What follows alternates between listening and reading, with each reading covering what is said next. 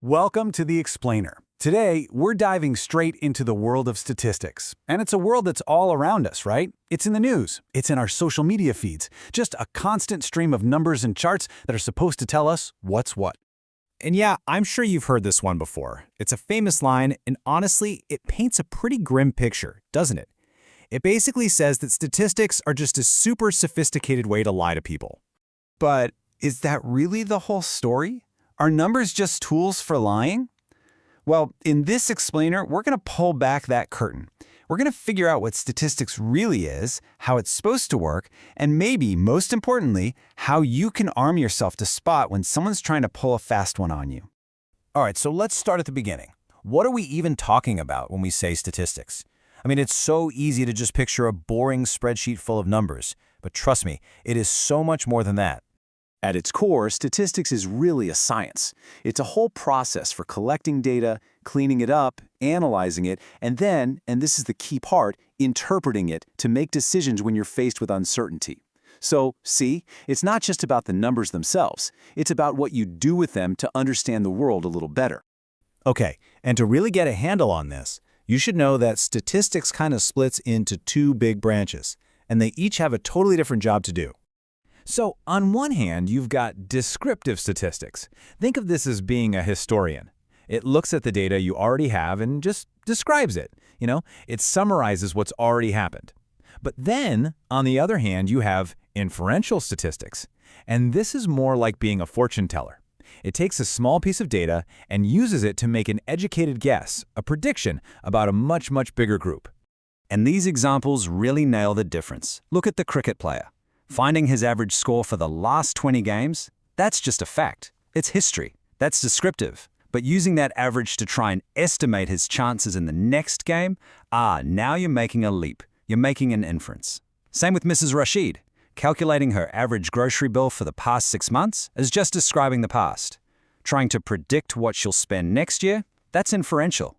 And it's right there in that jump from fact to prediction that things can get, well, a little bit messy. So, to make that jump, that prediction, we have to understand two super important ideas. And honestly, getting these two concepts right is everything. It's the line between getting a genuinely useful insight and, well, being completely misled. First up is the population. Now, this is the entire group you're interested in. Not just some of them, all of them. Think every single voter in a country, or every single car that rolls off an assembly line. The whole shebang. But let's be real, right? Studying everybody or everything is usually impossible. It would take too much time, too much money. So what do? We take a sample, which is just what it sounds like, a small, manageable piece of that much bigger population. This chart is a perfect example. I mean, could you imagine trying to survey every single person on Earth about their phone habits? No way. So instead, these researchers took a sample. They talked to people in 8 different countries and use that information to draw conclusions, to make an inference about the global population as a whole. It's really just like tasting soup. You don't have to eat the entire pot to know if it needs more salt, right? You just taste one spoonful. That spoonful is your sample. The whole pot of soup is your population. And that simple idea, it's pretty much the foundation for a huge chunk of statistics. All right, so we've got the big picture, population and sample. Now let's zoom in a little bit. Let's talk about the actual building blocks of data itself. And those building blocks are called variables. A variable is just anything you can measure or categorize that changes from person to person or thing to thing. Like eye color, height, income. The reason it's called a variable is pretty simple because it varies. And these variables basically come in 2 main flavors. You've got your qualitative ones. Those are things you describe with words or categories, like your gender or the brand of your car. Then you have quantitative variables, and those are the ones you can measure with actual numbers, like your age or your weight. But wait, there's more. We can even split those number-based variables into 2 more types. Discrete variables are things you can count, like the number of kids in a family. You can have 2 kids or 3 kids, but you can't have 2.7 kids, right? It has to be a whole number. Then you have continuous variables. These are things you measure, and they can be any value in a range. Think about temperature or someone's exact height. It's not just whole numbers. Okay, so we've covered a lot. We know about samples, populations, and the different types of data. But where does all this data actually come from? Well, it really boils down to two main sources. You can get primary data, which means you go out and collect it yourself for whatever you're studying. Or you can use secondary data, which is data that someone else has already collected.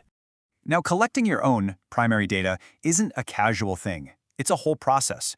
You have to figure out exactly what your goal is, who your population is, and then decide on the best way to get that information. Do you send out a survey, conduct interviews, run an experiment? It takes work. On the other hand, why reinvent the wheel if you don't have to? There is a ton of secondary data already out there. Think about all the information collected by governments, universities, and research groups. Tapping into that can save you a whole lot of time and effort.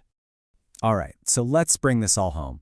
Let's go back to that Mark Twain quote at the beginning about lies, Dan lies, and statistics. Because now that we have this basic toolkit, we can look at that quote in a completely different way. Because here's the thing. Statistics itself isn't about lying. It's a tool. It's just a tool. And like any tool, say a hammer, it can be used for good or for bad. You can use a hammer to build a beautiful house, or you can use it to smash a window. The hammer itself isn't evil, right? It all depends on the person holding it. And this is how people use it to smash windows. These are the classic tricks. Each one of these is someone breaking the basic rules we just talked about. Take that first one. Using samples that are too small or not representative.